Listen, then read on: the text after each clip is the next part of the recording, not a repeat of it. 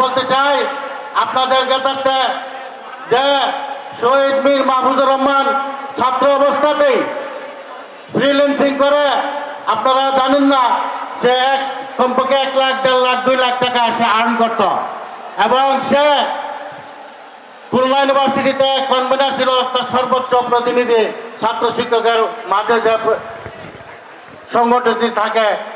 সে ছাত্রদের প্রতি দায়বদ্ধ ছিল, ছাত্রদের প্রতি যে তার নৈতিক দায়বদ্ধতা ছিল সেই দায়বদ্ধতা থেকে এবং নির্যাতন জুলুমের বিরুদ্ধে, জালিমের বিরুদ্ধে, মুসলিমের পক্ষে সে তার আত্মনিয়োগ করেছিল এবং শেষ পর্যন্ত সে শহীদ হয়। তার সাথে যারা ছিল তার শহীদ মীর মাহফুজুর রহমান মুগ্ধ যেখানে কবর হয়েছে আপনারা জানেন বামনার টেক গুরুস্থানে, উত্তরার 4 নম্বর সেক্টরে আমার আব্বা আম্মার কবর, সেখানে আমরা চেষ্টা করেছি, 12 নম্বর সেক্টরে চেষ্টা করেছি, কিন্তু তৎকালীন সময় আওয়ামী ফ্যাসিস্টরা বা তাদের দূষকরা বা হাসপাতালের থেকে তেমন কোনো সহযোগিতা করা হয় নাই আমার জানা মতে।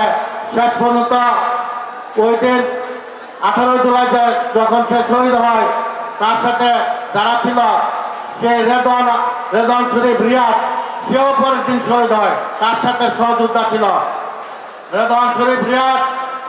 তার সাথে শহীদ হওয়ার পর সারা রাত্র একসাথে ছিল এবং পরের দিন শুক্রবার জুম্মার নামাজের পর জানাজা দিয়ে সেই রেদওয়ান শরীফ রিয়াদ আবার আন্দোলনের মাঠে আসে এবং সন্ধ্যার পূর্ব মুহূর্তে সেই রেদওয়ান শরীফ রিয়াদও শহীদ হয়। এভাবে এই আন্দোলন, ছাত্র জনতার আন্দোলন গড়ে উঠেছিল। সাথে যারা ছিল তারা সবাই ঝাঁপিয়ে পড়েছিল। শেষ পর্যন্ত 5ই আগস্ট এই আন্দোলনের মাধ্যমে এই ফ্যাসিস্ট সরকার বিদায় হতে বাধ্য হয়। আমি একটি কথা বলবো যে শেখ হাসিনার ফ্যাসিস্ট সরকারের যে মানবতা বিরোধী আন্তর্জাতিক মানব যুদ্ধাপরাধ, সেই যুদ্ধাপরাধ সে চূড়ান্ত পর্যায়ে গিয়েছিল। 1971 সালে আপনারা জানেন এদেশ স্বাধীন হয়েছিল স্বাধীনতা সংগ্রামের মাধ্যমে। সেই স্বাধীনতা যুদ্ধে ভিন্ন জাতি হোক একটা ছেলে যখন মারা যায়, তার বন্ধু যখন তাকে নিয়ে টেনে টেনে পিছনের দিকে যাচ্ছিল তামিম, সেই মরা লাশকে ওই তার বন্ধুর সামনে তাকে গুলি করা হয়।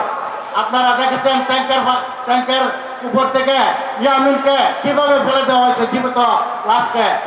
এইভাবে যে যুদ্ধাপরাধ করেছে পাকিস্তান, পাক বাহিনীও, আপনারা জানেন তারা এরকম যুদ্ধ অপরাধে করছে, কিন্তু এরকম নির্মম সহিংসতা করে নাই।